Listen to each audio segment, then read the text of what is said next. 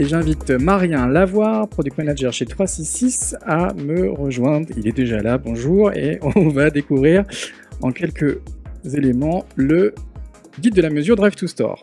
Merci Jérôme, bonjour à tous. Merci à l'Alliance Digitale évidemment de nous accueillir sur cet événement.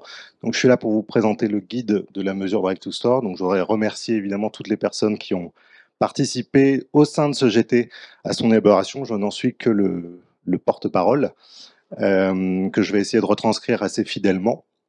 Et merci à Pierre Moustrou pour ses questions sur la mesure. On a un guide pour ça justement, je cherchais une introduction. Donc voilà, Pierre, sache qu'il y a un guide maintenant qui est sorti sur la mesure Drive to Store et voilà, le but c'est d'essayer d'apporter toutes les réponses que beaucoup de gens se posent, nous posent encore aujourd'hui. Donc c'est à ça que ça va servir.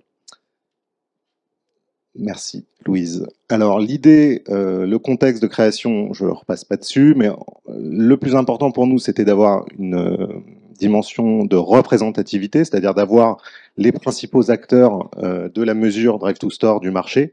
Donc c'est ce qui est le cas aujourd'hui. Hein. On a évidemment la plupart des mesureurs, ce qu'on appelle les tiers de confiance, les Keros, AdSquare, Smart Traffic, Retency, ont participé à ce groupe de travail.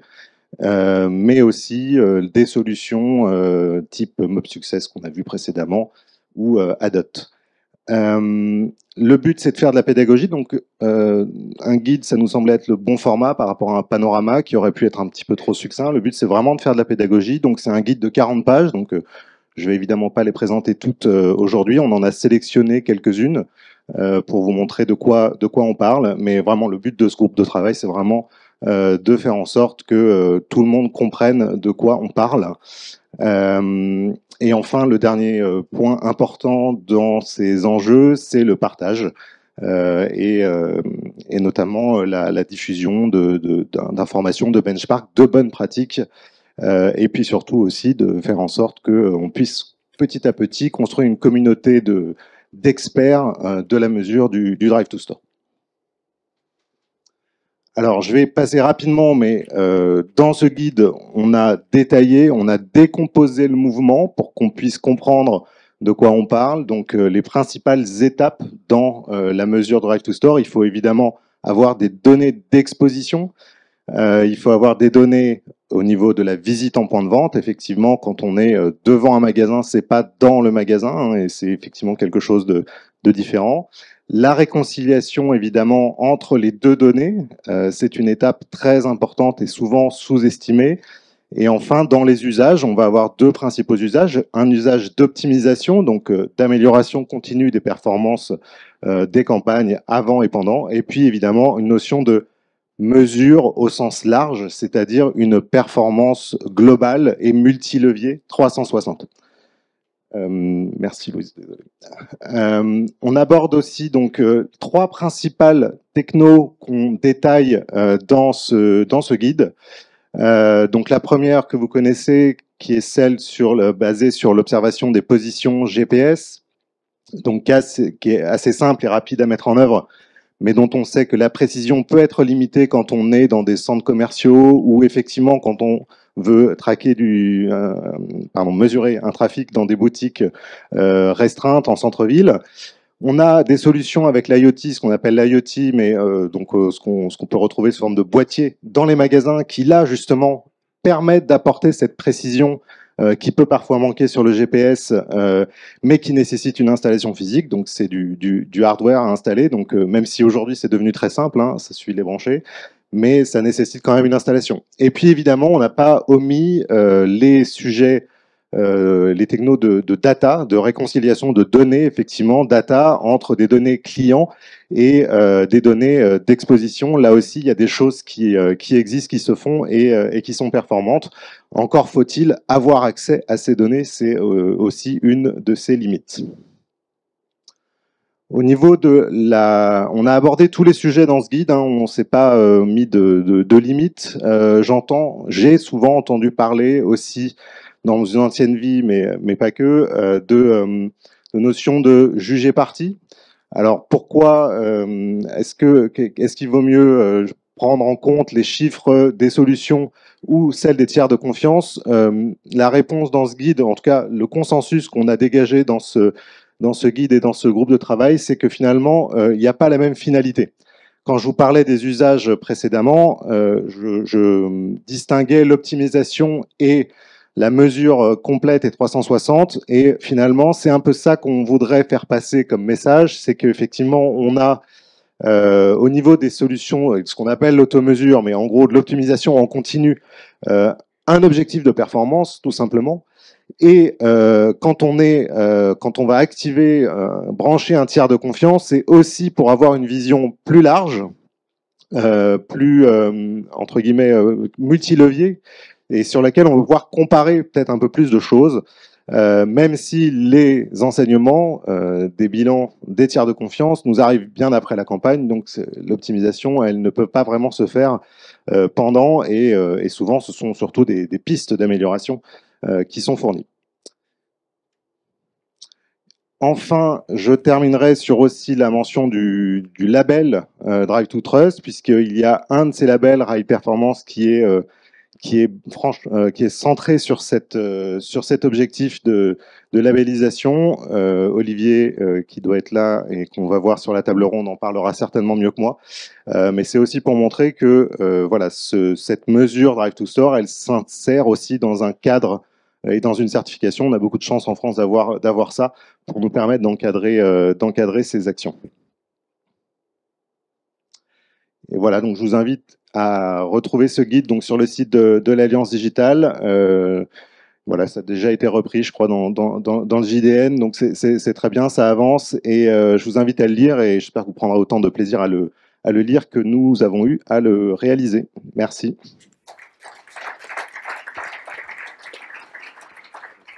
Merci Marien. Bah, tu peux garder ton micro puisque tu vas participer à la table ronde avec nous. Je le garde. Et on invite également Olivier et Romain à nous rejoindre sur scène. On peut les applaudir.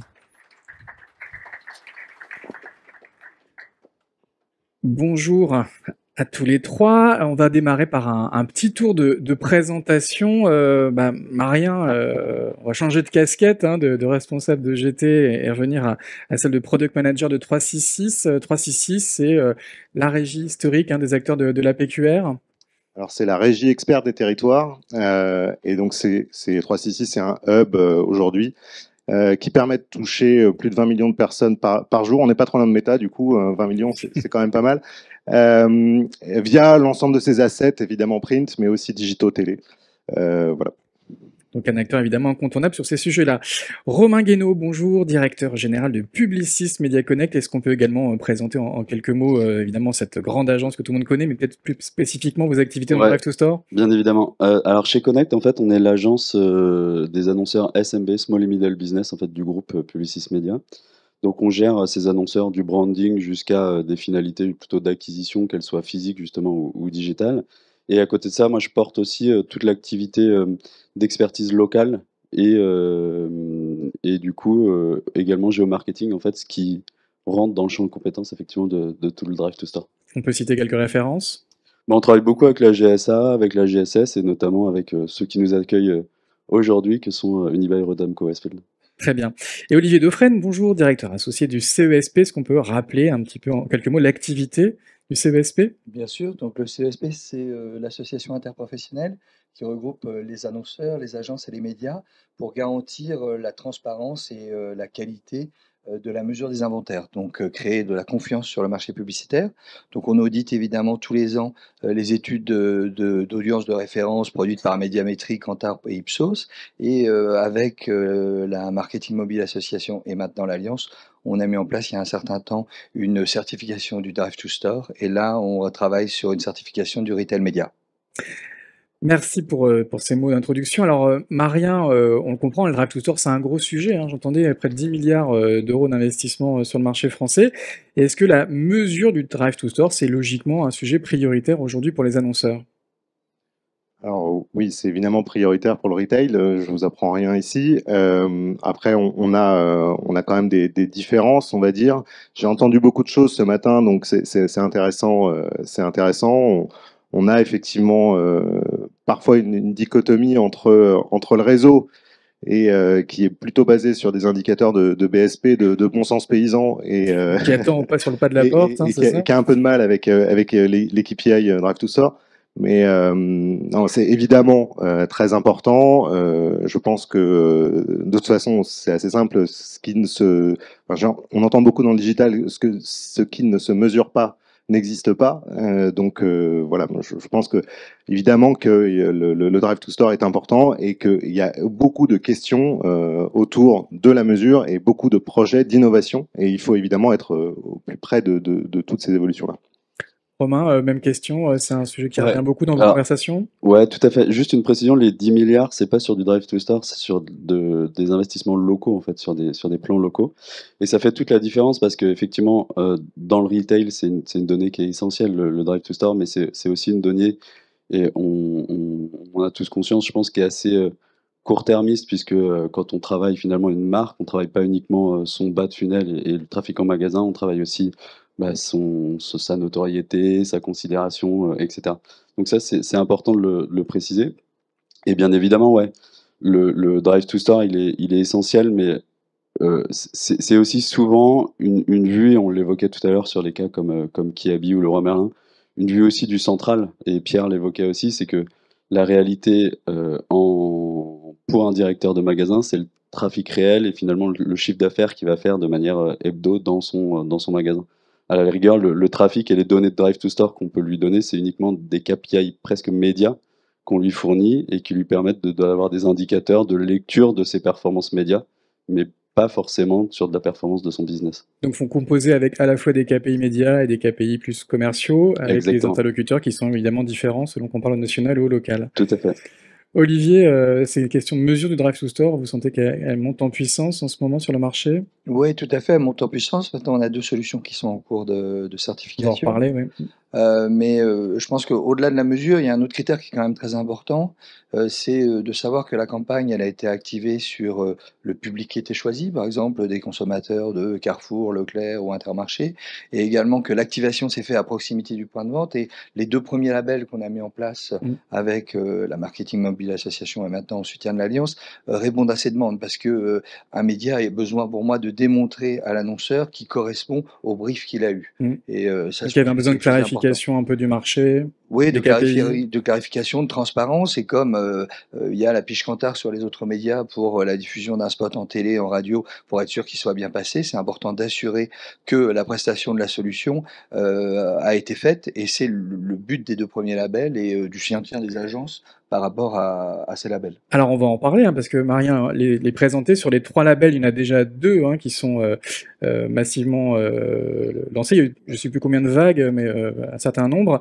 Et ça a vraiment contribué, Marien, à rassurer le marché et à accélérer les investissements sur ce canal. Alors j'imagine, moi j'ai quand même un message à faire passer, c'est que ce qu'on voit, c'est qu'aujourd'hui ces labels, ils sont essentiellement construits autour du monde applicatif et du contrôle effectivement de la géolocalisation du monde applicatif. Je pense qu'il y a beaucoup de, on aurait beaucoup de choses à aussi apporter parce qu'on voit dans ce guide qu'il y a énormément de leviers qui permettent de générer du trafic en point de vente. Donc il faudrait que ce label s'étende aussi au contrôle notamment, je pense, de la géolocalisation de l'open web, ce qui serait grandement intéressant pour les annonceurs pour avoir beaucoup plus de reach. Mais c'est vrai que c'était des labels qui étaient nés au sein de la Mobile Marketing Association avec beaucoup d'acteurs effectivement INAP. Chez Publicis, c'est des labels qui vous ont aidé également à rassurer les annonceurs? Ouais, alors déjà, nous rassurer, nous, c'est-à-dire que en fait, je pense il y a une pédagogie marché qui est encore à construire. C'est-à-dire que pour les annonceurs, ces labels ne leur parlent pas forcément directement, en fait.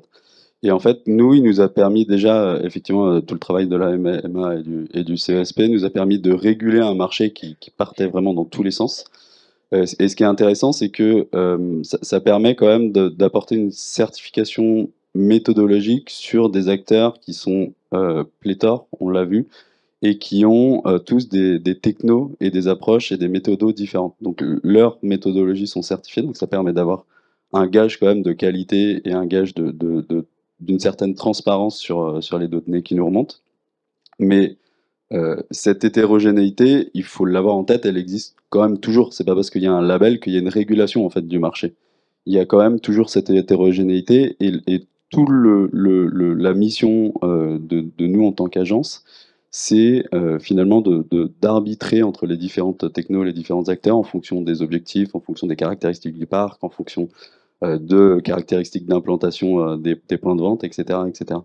Olivier, on peut revenir sur la genèse donc, de ces deux premiers labels, Right People, Right Place. Ils ont joué évidemment un rôle pour rassurer les annonceurs. Oui, tout à fait. Ben, c'est la Marketing Mobile Association qui est venue nous voir pour construire cette certification parce qu'elle sentait qu'il y avait un besoin de rassurance. 2020, c'était aussi le contexte de certaines remises au pas de la CNIL. Donc, il y avait besoin de clarifier des choses et on a travaillé avec les agences de la MMA pour construire cette certification. Alors là, on est à la 15e vague pour répondre à ta question qui sera publiée demain. Et je prends le point de Marien. C'est vrai qu'une certification, c'est quelque chose qui est vivant. L'année dernière, on a fait évoluer un certain nombre de critères et pourquoi pas l'ouvrir en effet à la géolocalisation au sens large en intégrant l'open web. C'est une bonne idée. Formidable. Alors, deux premiers labels qui évidemment, donc 15 vagues, ont contribué à structurer le marché et on l'évoquait, un troisième label plus tourné sur la performance. L'idée, c'est de faire converger les KPI sur la performance et peut-être aussi de savoir qui doit mesurer quoi. Alors, qui doit mesurer quoi? C'est pas tellement le rôle du CESP parce qu'on peut être en auto-mesure ou en tiers indépendant. Le tout, c'est que les choses soient faites pour nous en transparence et selon la méthodologie requise. Donc, sur Right Performance, on valide que la méthodologie de l'A/B test est correcte. C'est pas facile sur du Drive to Store parce qu'on a peu d'indicateurs finalement pour apparier les consommateurs. Mais bon, là, j'ai bon espoir que les solutions qui sont en cours de certification le soient et que ça crée une dynamique sur les autres puisque c'était la demande à l'origine de la Mobile Marketing Association de certifier la mesure. Donc on a été étape par étape par rapport à d'autres certifications, mais c'est vrai que c'est là où il y a en effet une demande encore forte du côté des annonceurs. Marien, chez 366, comment est-ce qu'on mesure la performance de ces campagnes? Alors aujourd'hui, on utilise les solutions tierces du marché. Nous, on est agnostique, on n'a pas de préférence. Évidemment, on va aller s'adosser à un tiers mesureur pour aller mesurer les campagnes Drive to Store qu'on opère. Très bien. Chez Publicis également, votre philosophie, c'est quoi? La philosophie chez Publicis de la mesure de performance, en fait, elle s'envisage sur du full funnel. C'est-à-dire que la performance, si on la prend au sens drive to store du terme, c'est une approche qui est assez court-termiste parce que généralement elle est focalisée sur une seule campagne.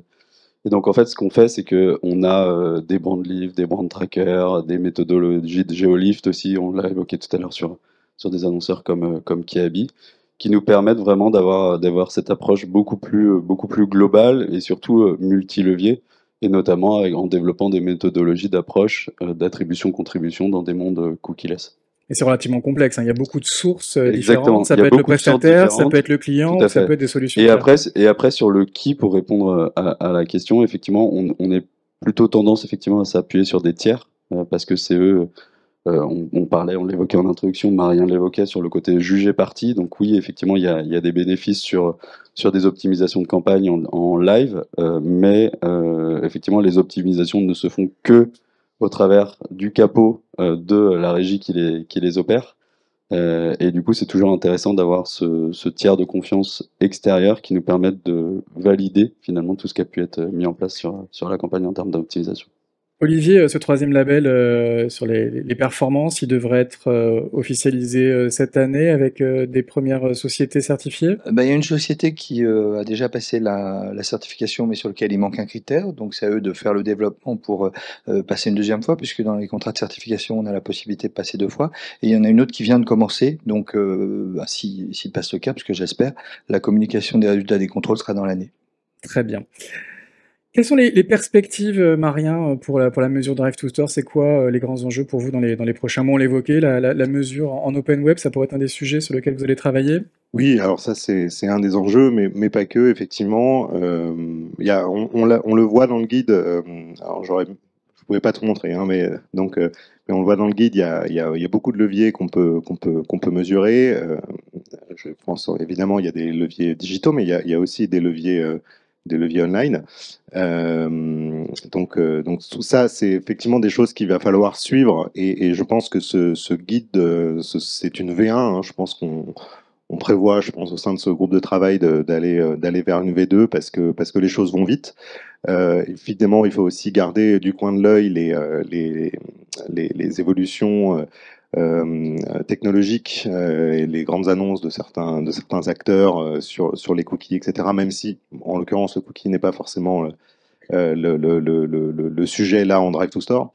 Voilà, donc beaucoup d'évolutions à venir et le but dans ce groupe de travail sera justement de pouvoir les répercuter et les diffuser au sein de cette communauté et du marché.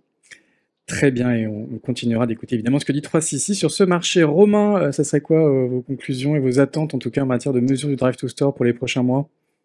Je pense qu'il y a plusieurs sujets. Il y a déjà effectivement le sujet de la régulation, c'est-à-dire qu'on a encore une fois, on a plein d'acteurs et on a une vraie hétérogénéité dans les méthodologies et dans les comparaisons finalement de ce qu'on peut obtenir sur du constaté d'un acteur finalement mobile Drive to Store avec ce qui peut se constater aussi en réel finalement au niveau des portiques magasins, etc. Donc continue à Quand ils fonctionnent, homogénéiser. donc continuer à homogénéiser et que le marché pousse finalement à tendre vers une certaine similitude en tout cas entre les données qui en sortent. Et après, je pense aussi qu'il faut, d'un point de vue annonceur, se poser les bonnes questions. C'est-à-dire, est-ce que cette mesure du Drive to Store, c'est la bonne? Est-ce qu'il n'y a pas d'autres KPI, puisqu'en fait, on est là sur un KPI média, finalement. Est-ce qu'il n'y a pas d'autres KPI qui vont un peu plus loin dans leur démarche et qui permettraient justement d'avoir une vision beaucoup plus exhaustive de l'ensemble du parcours. Et quels seraient ces KPI? Déjà, en partant d'un point de vue business, les ventes. effectivement, on l'a vu tout à l'heure, le cas de Kiabi, pour moi, est un super cas sur cette notion de GeoLift, d'avoir un échantillon de magasins témoins auquel on compare finalement un réseau de magasins activés.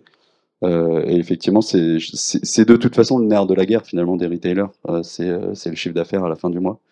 Et donc, je pense qu'il faut embarquer finalement nos clients pour aller plus loin dans ces analyses. Et Romain, un mot sur la dimension internationale. Publicis, c'est un groupe global. Ce qui est fait en France en matière de mesures du Drive to Store, c'est, j'imagine, observé de près par les autres entités du groupe Publicis.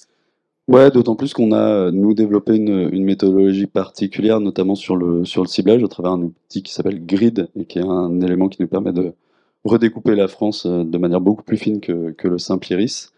Donc ça, c'est très regardé. Et après, la difficulté de cette dimension, finalement, à l'international, c'est également la présence, finalement, tout simplement, de ces acteurs dans d'autres pays. Et la législation et la réglementation aussi de ces pays sur la data qu'on peut exploiter. Très bien. Merci en tout cas. Olivier, également un mot de conclusion. 3 labels qui sont lancés sur le marché français. Je crois qu'il y a aussi un sujet pour le CESP qui est d'internationaliser cette labellisation. En effet, oui, c'est une problématique qui intéresse d'autres pays et les acteurs qui nous accompagnent en France nous sollicitent également pour passer les frontières. Donc là, on est en pourparlers pour commencer avec la Belgique et l'Espagne, où on pourrait internationaliser le label assez rapidement. Et la France, en tout cas, est observée comme un pays pionnier sur ces sujets? Oui, quand on échange avec nos interlocuteurs dans les autres pays, ils trouvent qu'en effet, c'est une avancée assez nette pour la confiance pour les marchés sur l'activation et la qualité des inventaires, voire la mesure avec les premières solutions certifiées, c'est clair. D'accord, donc ça va contribuer aussi à internationaliser ces solutions qui vont pouvoir séduire au-delà de nos frontières. Merci en tout cas, Marien, Romain et Olivier, pour ces témoignages. On peut les applaudir. Merci.